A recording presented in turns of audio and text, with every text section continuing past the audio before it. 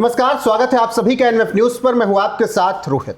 भारत और पाकिस्तान के बीच जब युद्ध हुआ, 3 दिन तक जब लगातार पाकिस्तान को भारत ने मारा और पाकिस्तान की तरफ से मिसाइल और ड्रोन दागे गए, तो भारत के S-400 ने सभी को नेस्तनाबूद किया। ऐसे में रूस से जो S-400 आया, उसकी खूब तारीफ की, रूस और भारत की दोस्ती की बातें पूरी दुनिया में हुई। लेकिन अब भारत देसी S-400 बना रहा है और कुछ जो पूरी तरीके से प्रोजेक्ट है वो इस वक्त चल रहा है। अब क्या है प्रोजेक्ट कुश और कैसे देसी S-400 भारत में बन रहा है, इसी पर बातचीत करेंगे। मेरे साथ हैं अनुपम प्रसून। देखिए रोहित, आपने देखा होगा कि DRDO जो हमारी एक एजेंसी है, उसने इस जो भारत पाकिस्तान का युद्ध हुआ था उसमें एक सिस्टम बनाया था जो भी वो एक एयर डिफेंस सिस्टम की तरह है, या आप उसे एंटी ड्रोन सिस्टम भी कह सकते हैं। उसका नाम था आकाश तीर, जिसने ज़बरदस्त कामयाबी हासिल की। चूंकि हमारे पास सबसे बड़ा जो एयर डिफेंस सिस्टम है वो S-400 है, लेकिन हम हर चीज़ को इंटरसेप्ट एयर डिफेंस सिस्टम से नहीं कर सकते हैं, उसे मार नहीं सकते हैं। इसलिए हमारे पास कुछ ऐसे सिस्टम होने चाहिए जो कि किफ़ायती हों, और किफ़ायती होने के साथ साथ हम एकदम एक्यूरेसी के साथ उसे डिस्ट्रॉय कर सकें। तो इस मामले में आकाश तीर ने एक बहुत बड़ी कामयाबी हासिल की। अब उसी DRDO ने इसे डेवलप किया है, जिसे नाम दिया है कुश। ये कुश प्रोजेक्ट क्या है? कुश प्रोजेक्ट दरअसल उस पूरे डिफेंस सिस्टम का नाम रखा गया है जो भारत और इजराइल दोनों मिलकर, मतलब ये जॉइंट वेंचर है एक तरीके से, जिसमें भारत की बहुत बड़ी हिस्सेदारी है, और ये कुश हम डेवलप कर रहे हैं। कुश की क्या खास बातें हैं वो तो हमने आपको ग्राफिक्स के जरिए यहाँ पर समझाया। एक बार विस्तार से भी बता देते हैं। अब प्रोजेक्ट कुश की खासियत क्या है?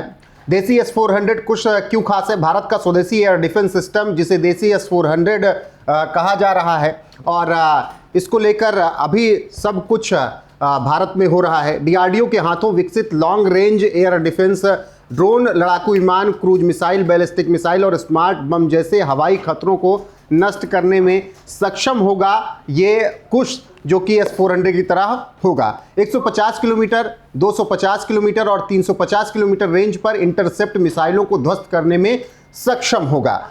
कुश एयर डिफेंस सिस्टम S-400 की तरह लंबी, मध्यम और छोटी दूरी के खतरों को निशाना बनाता है। मतलब हर तरीके के खतरे को कुश भांप सकता है। 90% एक्यूरेसी के साथ मिसाइलों को मार गिराने में सक्षम है। देखिए, अभी जो हमारे पास जो सबसे बड़ा एयर डिफेंस सिस्टम है वो S-400 है, जो कि हमने रूस से खरीदा था। उसके 5 स्क्वाड्रन हमने खरीदे थे, जिनमें से 3 स्क्वाड्रन की डिलीवरी हो गई है, 2 स्क्वाड्रन की डिलीवरी अभी होनी बाकी है।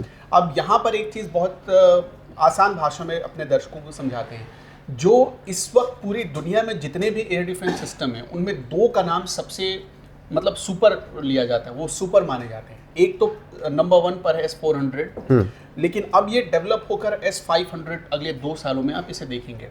इसके अलावा जो आयरन डोम है इजराइल का, उसे माना जाता है, जिसे अमेरिका भी खरीदता है। सोचिए, अमेरिका के पास वो अपना मिसाइल डिफेंस सिस्टम है ही, लेकिन इसके अलावा वो आयरन डोम भी वो भी खरीदना चाहता है।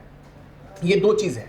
अब इन दोनों का नाम सबसे टॉप पर लिया जाता है। जो आयरन डोम बनाता है इजराइल, अब ये जो कुश पूरा प्रोजेक्ट चल रहा है, इसमें इजराइल ने भारत का एक बहुत बड़ा साथ दिया है। ये सिर्फ टेक्नोलॉजी ट्रांसफ़र ही नहीं, बल्कि जो मैन्युफैक्चरिंग है वो भी इंडिया में होना है। तो हमने जिन दोनों का नाम लिया, उनकी एक्यूरेसी भी आप देखेंगे तो 80 से 90% के बीच है। 80% उस हालत में होती है जब सिंगल टारगेट और सिंगल मिसाइल को डिस्ट्रॉय करना होता है या इंटरसेप्ट करना होता है। जैसे कि जब सिंगल शॉट फायर होता है तो उसकी एक्यूरेसी हो जाती है 80% के आसपास, लेकिन जब मल्टी फायर किया जाता है तो उस मामले में एक्यूरेसी बढ़कर हो जाती है 90%। वो S-400 में भी होता है, वो आयरन डोम में भी होता है, और यही सिस्टम अब यहाँ पर यानी कुश में भी लागू होगा। बिल्कुल इसी की तरह बनाने की कोशिश की गई है। और एक जो सबसे बड़ी बात निकल कर सामने आ रही है कि S-500 में जो आप टेक्नोलॉजी देखेंगे, जो एडवांसमेंट देखेंगे, वो चीज़ अब आपको यहाँ कुश में नजर आएगा। तो मतलब ये एक तो क्या फ्यूचरिस्टिक है, दूसरे में क्या कि अगले 3 सालों के भीतर इसकी तैनाती भी आप भारत में देखेंगे 2029 तक, 2028 के मिड से लेकर 2029 के एंड तक, और 24 नंबर ऑफ बताया जा रहा है, नंबर ऑफ 24, मतलब कि इनकी तैनाती होगी ऐसी जगहों पर जहां पर हमें छोटे छोटे खतरों से हमारा आमना सामना होता रहता है। अब छोटे खतरों से क्या इसका मतलब है, मतलब जैसे कि पंजाब में कुछ हिस्सों में तैनाती हो सकती है, जैसे कि आप देखेंगे कि नॉर्थ ईस्ट के कुछ हिस्सों में इसकी तैनाती की जा सकती है, जैसे कि आप देखेंगे बांग्लादेश के कुछ हिस्सों में इसकी तैनाती, सीमावर्ती इलाकों में इसकी तैनाती की जा सकती है। ये एक ऐसा सिस्टम बनाया गया है जो 3 लेवल पर काम करेगा। अब 3 लेवल क्या होता है ये भी आपको बता देते हैं। इसमें आपने देखा कि लॉन्ग रेंज भी है और शॉर्ट रेंज भी है। जब हम कोई खतरा, जैसे कि मान लीजिए कोई भी दुश्मन देश जब भारत पर कोई मिसाइल दागेगा तो उस मिसाइल को इंटरसेप्ट करके उसे ढेर करने में इसे कितना वक्त लगेगा और कितनी दूरी के पर ये ढेर कर सकता है। तो सबसे जो ज़्यादा दूरी है वो 350 किलोमीटर की है। मतलब कि दुश्मन ने मिसाइल फायर की और वो आसमान में जिस टारगेट पर उसने फायर की है उस टारगेट से 350 किलोमीटर दूर इंटरसेप्ट करके उसे ढेर करेगा। दूसरा है 250 किलोमीटर और तीसरा है 150 किलोमीटर। मतलब अगर 350 वाला मिस हुआ तो 250 पर ढेर करेंगे, 250 वाला मिस हुआ तो हम 150 पर ढेर करेंगे। बिल्कुल, ये पूरा 3 लेवल सिस्टम ये काम करेगा। अच्छा, ये इसलिए भी खास है क्योंकि सतह और हवा दोनों में मार करने में सक्षम है। ये surface to surface, surface to air दोनों में काम करेगा। जो SRAM जो टेक्निक है, मतलब SRAM ये है कि वो सरफेस टू एयर मिसाइल होती है, वो दोनों तरीके से इसका इस्तेमाल कर सकते हैं। अगर कोई मिसाइल एयर टू एयर चल रही है, जैसे कि आप जब दो डॉग फाइट होती है, जब हवा में 2 फाइटर प्लेन्स आपस में लड़ते हैं तो वहाँ पर एयर टू एयर मिसाइल का इस्तेमाल होता है। तो जब एयर टू एयर मिसाइल का इस्तेमाल होगा ये उसको भी इंटरसेप्ट कर सकता है। इसके साथ साथ जो सरफेस टू एयर मिसाइल होगी, जैसे कि मान लीजिए आपने देखा होगा कि पाकिस्तान ने बहुत सारी मिसाइल दागी, लेकिन हमारे एयर डिफेंस सिस्टम ने उसको ढेर कर दिया। तो उसने हमारे एयर को टारगेट करने की कोशिश की थी, लेकिन हमारे सरफेस से हमारी मिसाइल ने उसके मिसाइल को इंटरसेप्ट किया। तो ये होता है सरफेस टू एयर। तो इस तरह से ये सरफेस टू एयर भी काम करेगा। ऐसे इसे डेवलप किया जाता है। और यही नहीं, भारत में इस वक्त जितनी डिफेंस सिस्टम डेवलप की जा रही है उन सारे डिफेंस सिस्टम में इस बात पर पूरा फोकस रखा जा रहा है कि air to air, surface to air, ये दोनों जगह हम काम में ले सकते हैं।